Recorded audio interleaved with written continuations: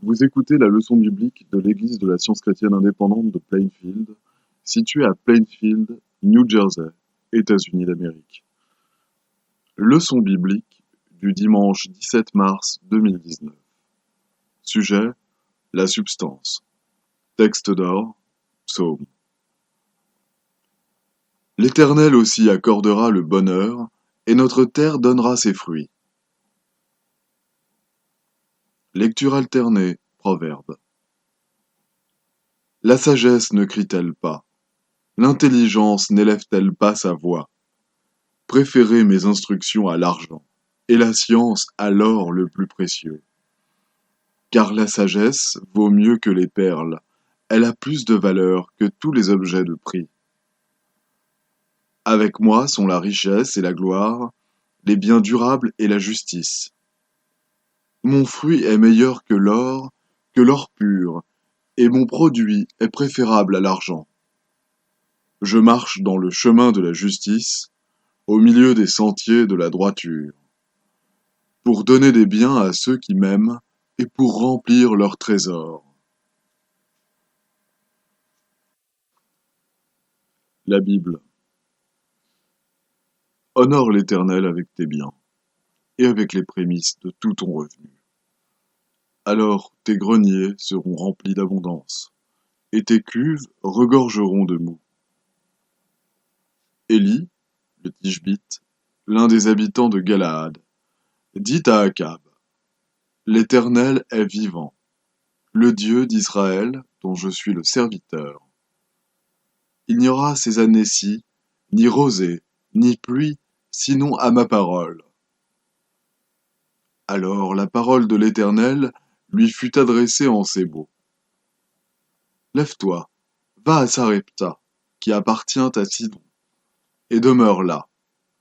Voici, j'y ai ordonné à une femme veuve de te nourrir. Il se leva, et il alla à Sarepta. Comme il arrivait à l'entrée de la ville, voici, il y avait là une femme veuve qui ramassait du bois. Il l'appela et dit: Va me chercher, je te prie, un peu d'eau dans un vase, afin que je boive. Et elle alla en chercher.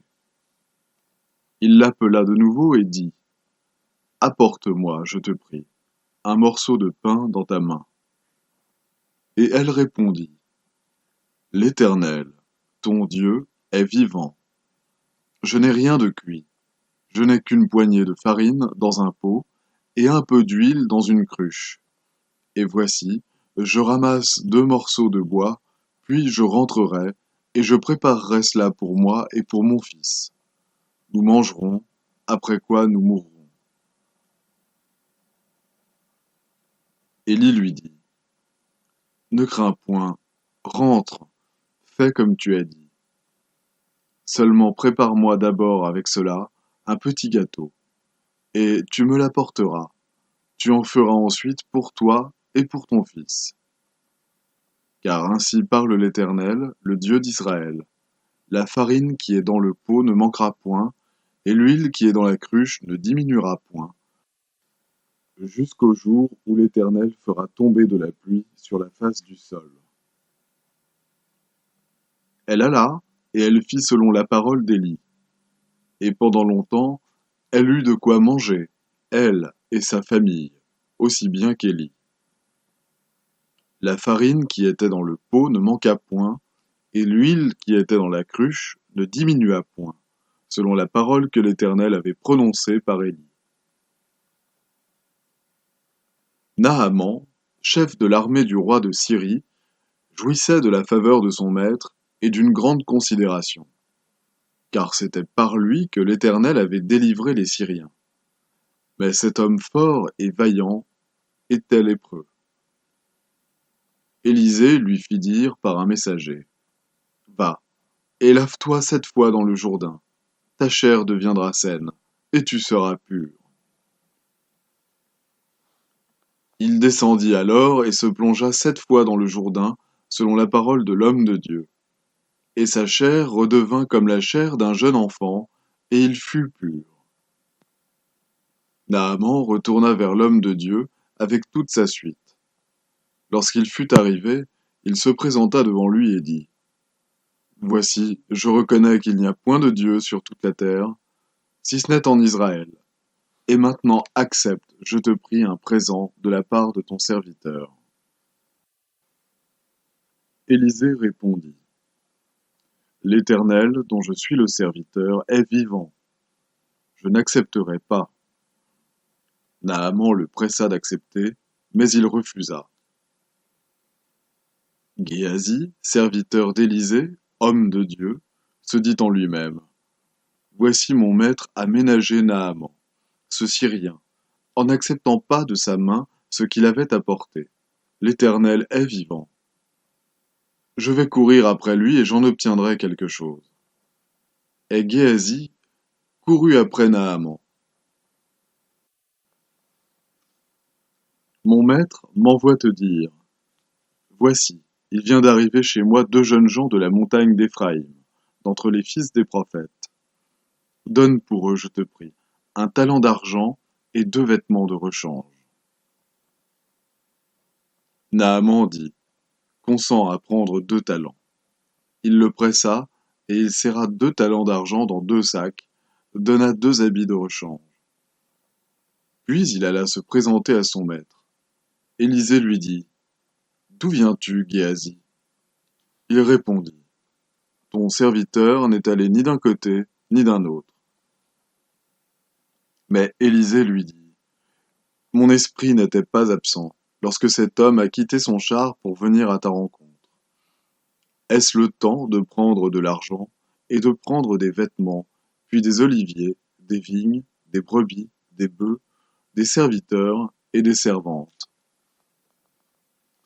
La lèpre de Naaman s'attachera à toi et à ta postérité pour toujours. »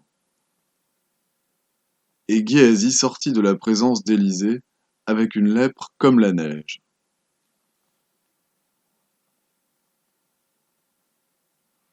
Ne vous amassez pas des trésors sur la terre, où la teigne et la rouille détruisent, et où les voleurs percent et dérobent.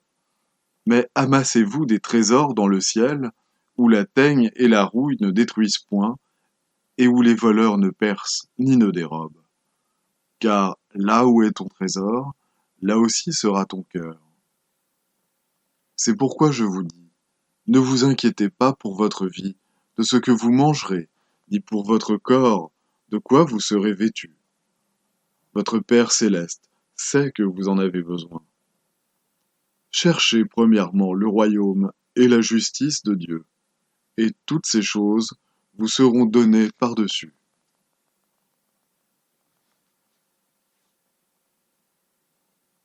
Je vais maintenant lire les passages corrélatifs tirés du livre d'études de la science chrétienne, Science et santé, avec la clé des Écritures, de Mary Baker Eddy.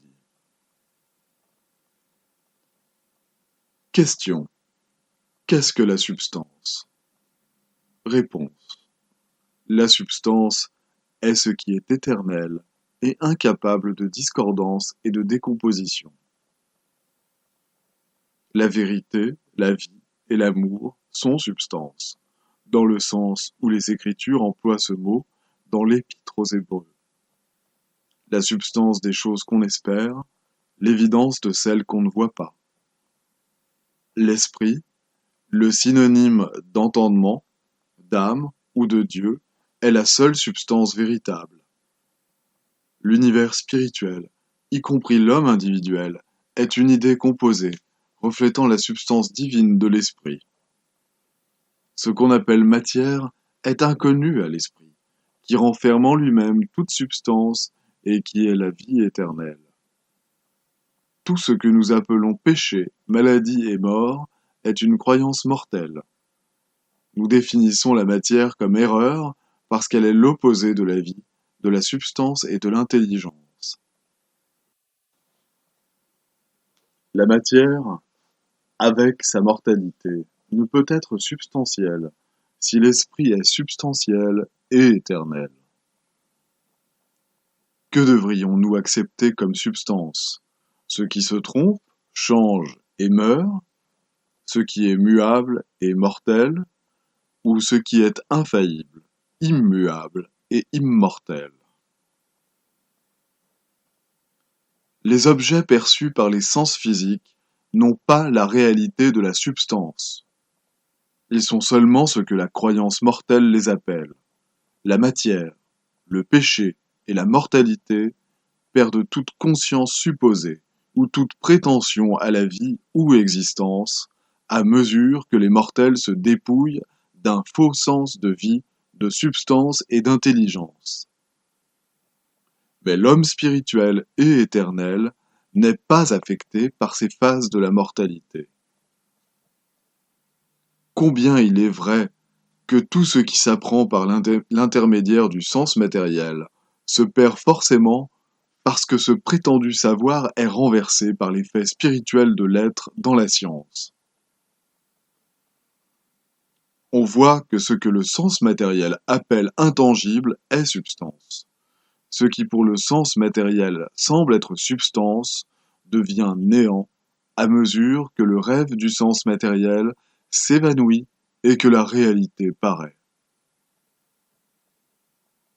Grâce au christianisme, les hommes se détournent naturellement de la matière vers l'esprit, de même que la fleur se détourne de l'obscurité vers la lumière. Alors l'homme s'approprie ces choses que l'œil n'a point vues, que l'oreille n'a point entendues. Paul et Jean comprenaient clairement que de même que l'homme mortel n'acquiert les honneurs terrestres que par le sacrifice, de même, il doit acquérir les richesses célestes en renonçant à tout ce qui est du monde. Alors, il n'aura rien de commun avec les affections, les motifs et les desseins de celui qui est attaché aux choses du monde. La fausse évidence du sens matériel contraste de manière frappante avec le témoignage de l'esprit. Le sens matériel élève la voix avec arrogance comme s'il était réel et dit « Je manque absolument d'honnêteté et personne ne le sait. Je peux tricher, mentir, commettre l'adultère, voler, tuer, et j'évite d'être découvert grâce à la fourberie de mon langage mielleux. Ayant des tendances animales, des sentiments trompeurs, des intentions frauduleuses, je compte faire de la courte durée de ma vie un jour de fête. » L'esprit, portant un témoignage contraire, dit « Je suis esprit. » L'homme, dont les sens sont spirituels, est ma ressemblance. Il reflète l'intelligence infinie, car je suis infinité, la beauté de la sainteté, la perfection de l'être, la gloire impérissable. Tout est à moi, car je suis Dieu. Je donne l'immortalité à l'homme, car je suis vérité. Je renferme et communique toute félicité, car je suis amour. Je donne la vie, sans commencement et sans fin, car je suis vie. Je suis suprême et donne tout, car je suis entendement. Je suis la substance de tout, parce que je suis celui qui dit « Je suis ». Quel est celui qui, ayant connu les croyances périlleuses à la vie, à la substance et à l'intelligence séparées de Dieu, peut dire qu'il n'y a pas de croyance erronée?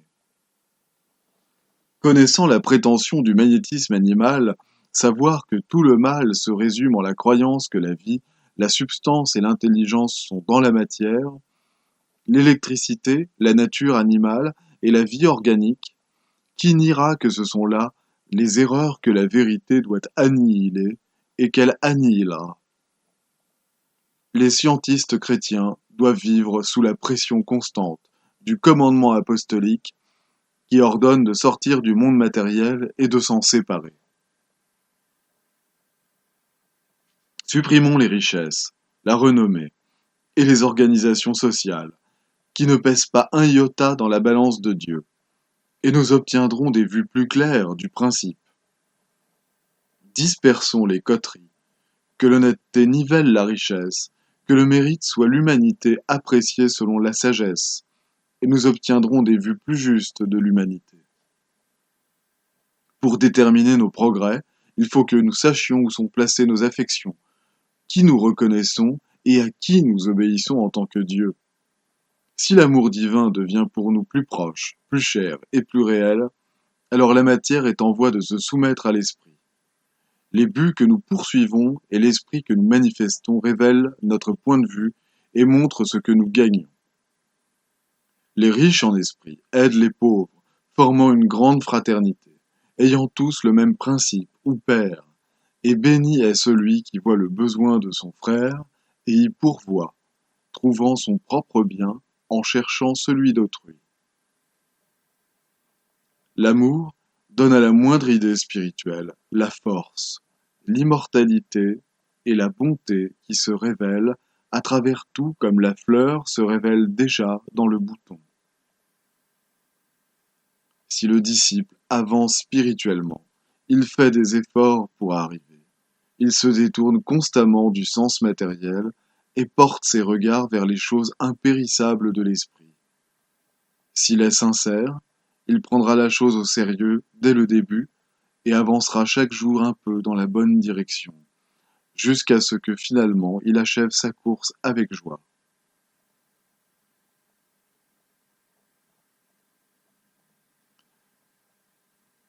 Les devoirs quotidiens de Mary Baker Eddy. Prière quotidienne, tirée du manuel de l'Église. Il sera du devoir de tout membre de cette Église de prier chaque jour. Que ton règne vienne, que le règne de la vérité, de la vie et de l'amour divin soit établi en moi et élimine de moi tout péché, et puisse ta parole enrichir les affections de toute l'humanité et la gouverner. Règles pour les mobiles et les actes. Ni l'animosité, ni un attachement purement personnel ne doivent déterminer les mobiles ou les actes des membres de l'Église mère. Dans la science, l'amour divin seul gouverne l'homme, et un scientiste chrétien reflète les douces aménités de l'amour en réprouvant le péché et en manifestant un véritable esprit de fraternité, de charité et de pardon. Les membres de cette Église doivent journellement veiller et prier pour être délivrés de tout mal, pour ne pas prophétiser, juger, condamner, conseiller, influencer ou être influencés d'une manière erronée. Vigilance face au devoir. Il sera du devoir de chaque membre de cette Église de se défendre journellement contre la suggestion mentale agressive et de ne pas se laisser entraîner à oublier ou à négliger son devoir envers Dieu, envers son leader et envers l'humanité. Par ses œuvres, il sera jugé et justifié ou condamné.